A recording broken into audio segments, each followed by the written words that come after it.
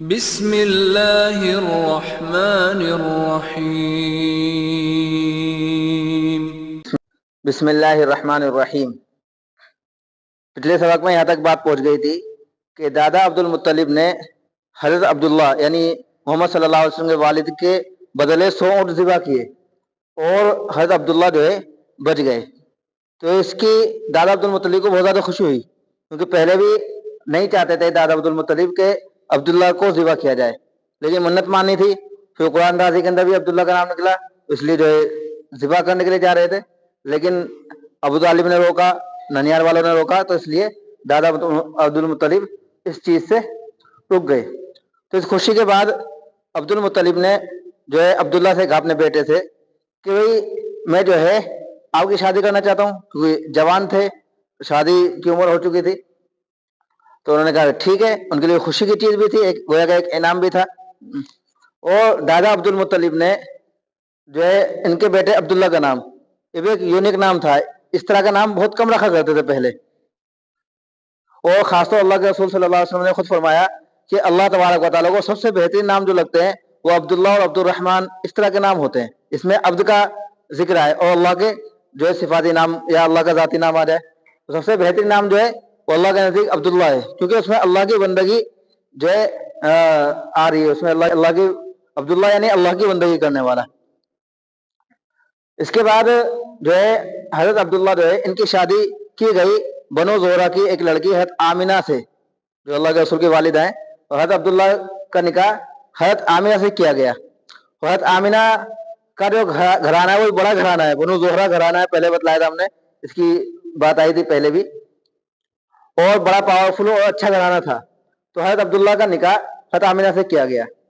اسی بیچ میں جب دادا عبد المطلب جو ہے حضرت عبداللہ کو لے کر نکاح کرنے کے لیے لے کے جا رہے تھے، تو ایک یہودی عورت فاطمہ بنت مر، اس کی نگاہ حضرت عبداللہ پر پڑی، اور اس نے یعنی نبوت کا جو نور تھا، نور نبوت، اس کو پہچان لیا کہ ان کے اندر جو نبوت کا نور ہے، یعنی ان کے ذریعے سے ایک نبی دنیا کے اندر آنے والے ہیں جو آخری نبی ہیں۔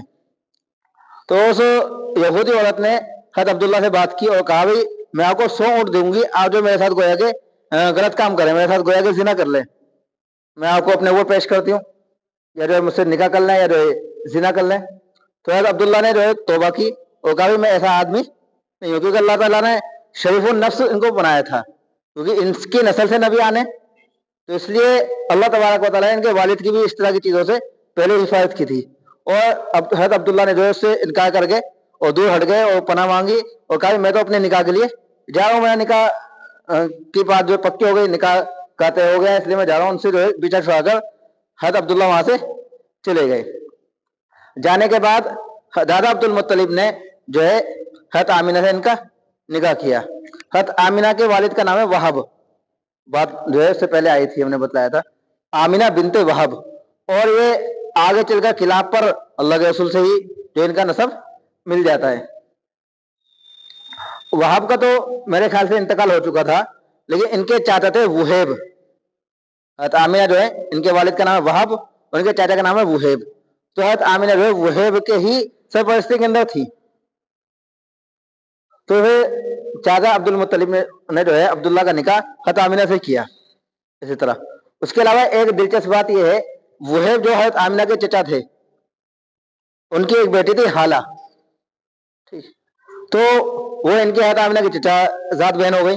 اس حالہ سے دادا عبد المطلب نے خود نکاح کیا، دو چچیری بہن ہو گئی نا، سگی بہن ہوتی تو پھر یہ نکاح نہیں ہوتا، لیکن جو ہے یہ چچیری بہن ہے، تو اس طرح جو ہے نکاح ہو جائے گا۔ تو دادا عبد المطلب نے حضرت آمنہ جو وہیب کی بھتیجی ہیں ان سے اپنے بیٹے کا نکاح کیا، اور جو وہیب کی بیٹی حالہ ہیں ان سے دادا عبد المطلب نے خود نکاح کیا۔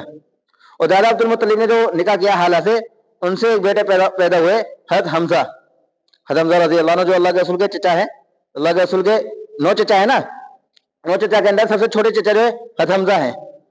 تو حضرت حمزہ رضی اللہ عنہ اللہ کے رسول صلی اللہ علیہ وسلم کے دور شریک بھائی بھی ہیں، جن کو رضائی بھائی کہا جاتا ہے۔ اس کو انشاءاللہ اگلے جو پیچھے کچھ لکھا ہوا ہے اس کے متعلق اس میں آئے گا انشاءاللہ کس طرح جو ہے دودھ شریک بھائی ہیں، یعنی ایک ہی عورت کا جو ہے حضرت حمزہ نے بھی دودھ پیا और अल्लाह के रसूल सल्लल्लाहु अलैहि वसल्लम ने दूध पिया।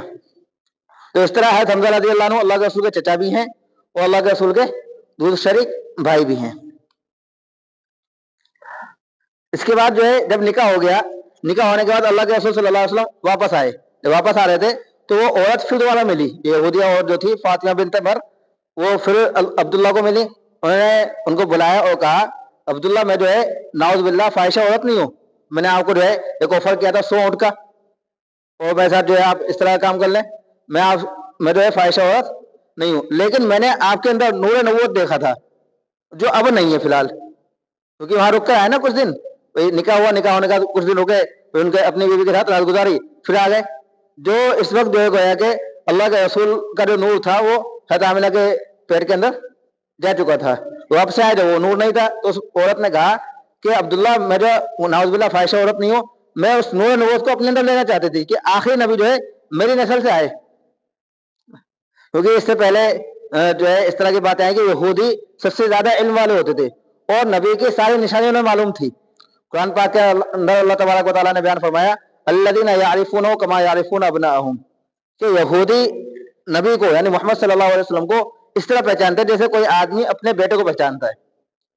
इतनी सारी निशानियां उन्हें मालूम थी और सारी निशानियों के तौर पर वो खूब जानते थे कि जो है आखिरी नबी हैं, लेकिन क्योंकि हसद हो गया, जलन हो गई कि हमारे नस्ल में से क्यों नहीं आए, बनी इसराइल में से क्यों नहीं आए, बनो इस्माइल में से क्यों आए, इसी वजह से उन्होंने मानने से इनकार कर दिया। तो ये फातिमा जो है ये भी यहूदी औरत है, ये पहचानती है, ये खुद देख भी रही है इस चीज को, इसलिए जो है इन्हें जो है इस चीज को कहा। तो निकाह हो गया, निकाह होने के बाद हज़रत अब्दुल्ला जो है हज़रत आमिना के साथ चंद महीने रहे, तकरीबन 2 या 3 महीने साथ रहे।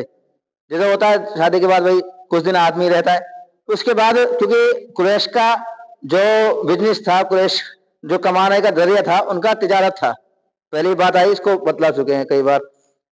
तो कुरैश का जब बिजनेस ही तिजारत है तो अब्दुल्ला अब जो है 2 या 3 महीने का तिजारत के लिए चले गए। और तिजारत के लिए कहाँ जाते थे? मुल्क शाम और मुल्क यमन। सर्दियों के अंदर मुल्क यमन आते थे और गर्मियों के अंदर मुल्क शाम जाते थे। उन्हें बताया था मक्का ये है, तो मक्का से सर्दी के अंदर यहाँ आ जाते थे यमन में और गर्मी के अंदर मुल्क शाम जाते थे ना।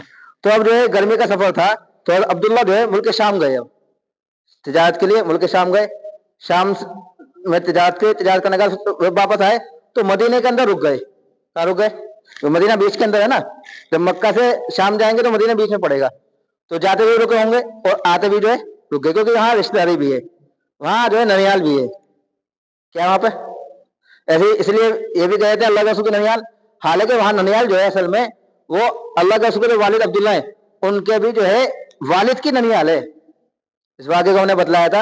हज़रत हाशिम जो है मदीने गए, मदीने जाकर जो है निकाह किया, वहीं अब्दुल मुत्तलिब पैदा हुए। फिर जो मुत्तलिब उनके चचा थे वो अब्दुल मुत्तलिब को लेकर आए थे ना। तो बाल मतबा कहते हैं अल्लाह के रसूल के ननियाल, तो अल्लाह के रसूल के ननियाल भी बाहर नहीं है, ये बनु ज़ोहरा के अंदर है, बनु ज़ोहरा कुरैश में, वो मक्का के अंदर खुद मौजूद है। तो मदीने के अंदर जो है हजरत अब्दुल मुत्तलिब की उनकी ननियाल है और हाशिम जो है अल्लाह के रसूल के दादा उनके ससुराल है। ठीक है, तो इस एतबार से इनके वालिद की ननियाल कह देते हैं और अल्लाह के रसूल की ननियाल भी जो है इसी तौर पर, क्योंकि बाप की ननियाल है, दादा की ननियाल, वो खुद की भी ननियाल हो गई। तो इसी तरह जब हज़रत अब्दुल्ला जब वापस आए तो ननियाल के अंदर यानी अपने वालिद की ननियाल के अंदर रुक गए और इनकी ननियाल हुई। तो कबीला था बनु नज्जार, तो यहाँ रुक गए। तो कुछ दिन रहते रहते फिर इनकी तबीयत खराब हो गई। हालांकि जब हज़रत अब्दुल्ला तो मदीने के अंदर रुक गए और जो काफिला था वो मक्का के अंदर आ गया। जब मक्का के अंदर काफिला आया तो दादा अब्दुल मुत्तलिब ने पूछा, भाई अब्दुल्ला कहाँ रह गए? तो लोगों ने बताया कि वो मदीने के अंदर अपने रिश्तेदारों के अंदर रुक गए। तो अब्दुल मुत्तलिब ने हारिस को भेजा, जो उनके सबसे बड़े बेटे था। और पहले वाक़या आया था जब जमजम के मौके पर जमजम का कुआं दादा अब्दुल मुत्तलिब को मिला था, तो उस वक्त सिर्फ हारिस ही इनके साथ थे। तो इसलिए अब्दुल मुत्तलिब की कुनियत भी अबुल हारिस है। कुनियत कहते हैं बेटे की तरफ बाप को मंसूब करना। अबुल हारिस यानी बहारिस के बाप। अरब के अंदर कुनियत जो है बहुत ज्यादा चलती है। तो अब्दुल मुत्तलिब की कुनियत भी जो है, क्योंकि बड़े बेटे पे खास रखी जाती है, रखने में किसी भी बेटे पे कुनियत हो सकती है, लेकिन जो बड़ा बेटा हो जाता है उसी की तरफ मंसूब करके जो है आदमी की कुनियत पड़ जाती है। तो अब्दुल मुत्तलिब की कुनियत जो है अबुल हारिस थी। तो अब्दुल मुत्तलिब ने हारिस को भेजा मदीने कि भाई अब्दुल्ला को लेकर आओ, क्योंकि बहुत ज्यादा मोहब्बत थी। मोहब्बत होने के यहाँ पर तो ये नहीं चाहते थे मुझसे ज्यादा दिन जो दूर रहे, वही काम हो गया, तिजारत के लिए गए थे, तिजारत पूरी हो गई, अब वापस आ जाए। तो हाइस गए क्योंकि वक्त लगता था जाने में, तो पहले काफिला मदीने से मक्का आया, फिर मक्का से फिर हाइस मदीने जा रहे हैं, तो तकरीबन इसमें 1 महीना जो है लग गया। तो इतने में ही जो है हज़रत अब्दुल्ला की तबीयत खराब हुई, तो तबीयत खराब होने के बाद जो है हज़रत अब्दुल्ला का वहीं पे इंतकाल हो गया, वहीं पे इनको दफन कर दिया गया। जब हारिस मदीना पहुंचे तो उस वक्त हज़रत अब्दुल्ला का इंतकाल हो चुका था। होने का जब ये खबर फिर मदीने के ये खबर मक्का के अंदर आई, तो दादा अब्दुल मुत्तलिब को बहुत ज्यादा रंज हुआ, और साथ में जो है आमिना को, जो उनकी बीवी है, जाहिर बात है मोहब्बत भी है, और बीवी को बहुत ज्यादा रंज हुआ, और क्योंकि बहुत ज्यादा पढ़ी लिखी भी थी और अच्छे खानदान से भी थी ना, इसीलिए जो है हज़रत आमिना ने अशार पढ़े, मरसिया जिसे कहते हैं, कोई मर जाए और शायर के अंदर उसकी तारीफ करना या उस पर जो है कुछ अल्फाज कह देना, उसको मरसिया कहते हैं। तो बहुत दिलचस्प जो है उनके अल्फाज हैं, किसी मौके पे होगा, कहीं मिलेंगे तो इंशाल्लाह उसको बतलाएंगे अगर दिलचस्पी होगी किसी को, क्योंकि बात लंबी हो जाएगी और कहीं चली जाएगी। तो हज़रत आमिना ने जो है वो मरसिया पढ़ा हज़रत अब्दुल्ला के इंतकाल पर। इसके बाद होने के बाद फिर जो है पता चला कि प्रेग्नेंट है, हामला है, तो दादा अब्दुल मुत्तलिब को और ज्यादा जो है हज़रत आमिना की फिक्र हो गई। बेटा प्यारा था, वो इंतकाल हो गया, कोई बात नहीं, उसको सब्र करना पड़ा। तो अब वो बेटे की एक निशानी जो है अब दादा के पास मौजूद है ना, हज़रत आमिना के हमल की शक्ल के अंदर। तो दादा अब्दुल मुत्तलिब ने हज़रत आमिना की बहुत ज्यादा केयर करी, बहुत ज्यादा जो है उनकी तवज्जो, बहुत ज्यादा एहतियात उनकी जो है की।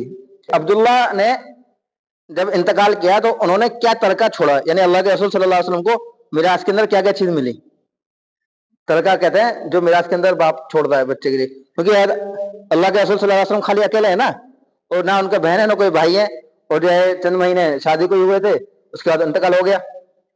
तो अब्दुल्ला ने 5 ऊंट छोड़े, चंद बकरियां, एक बांदी जिनका नाम बरकत था, और उनकी कुनियत उम्मे ऐमन थी। उम्मे ऐमन के नाम से जो है ये मशहूर है, उम्मे ऐमन के नाम से ही जो है लोग जानते हैं, इनका असली नाम कोई जो है बहुत कम लोग जानते हैं। तो ये बांदी उम्मे ऐमन, इन्होंने गोया कि माँ का जो है रोल भी अदा किया है, दाई का रोल भी अदा किया है, उम्मे ऐमन। और बाद में अल्लाह के रसूल सल्लल्लाहु अलैहि वसल्लम ने जो है उम्मे ऐमन को आजाद भी कर दिया।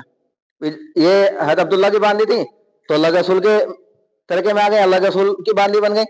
अब बांदी बनने के बाद में चल के जो है अल्लाह के रसूल सल्लल्लाहु अलैहि वसल्लम ने उम्मे ऐमन को जो है आजाद भी कर दिया, और इनका निकाह अपने आजाद करते बेटे हज़रत ज़ैद बिन हारिसा रज़ियल्लाहु अन्हु के साथ जो है करा दिया, जिनसे उसामा बिन ज़ैद पैदा हुए।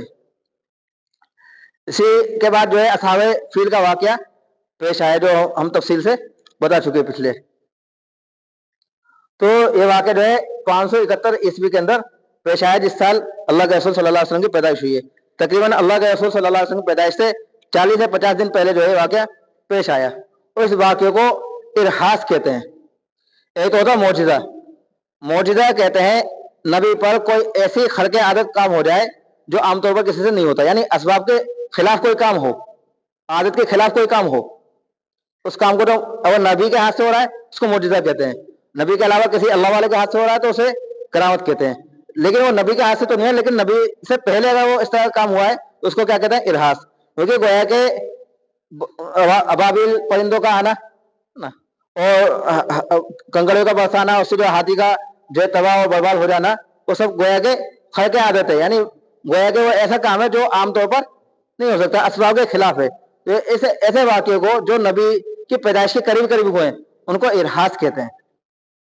मौजिज़ा जो है वो होगा जो नबी के हाथ पे होगा, नबी के सामने होगा ना, नबी के वजह से होगा, उसको मौजिज़ा कहेंगे। तो नबी से पहले हुए इस तरह की चीजें उनको इरहास कहते हैं।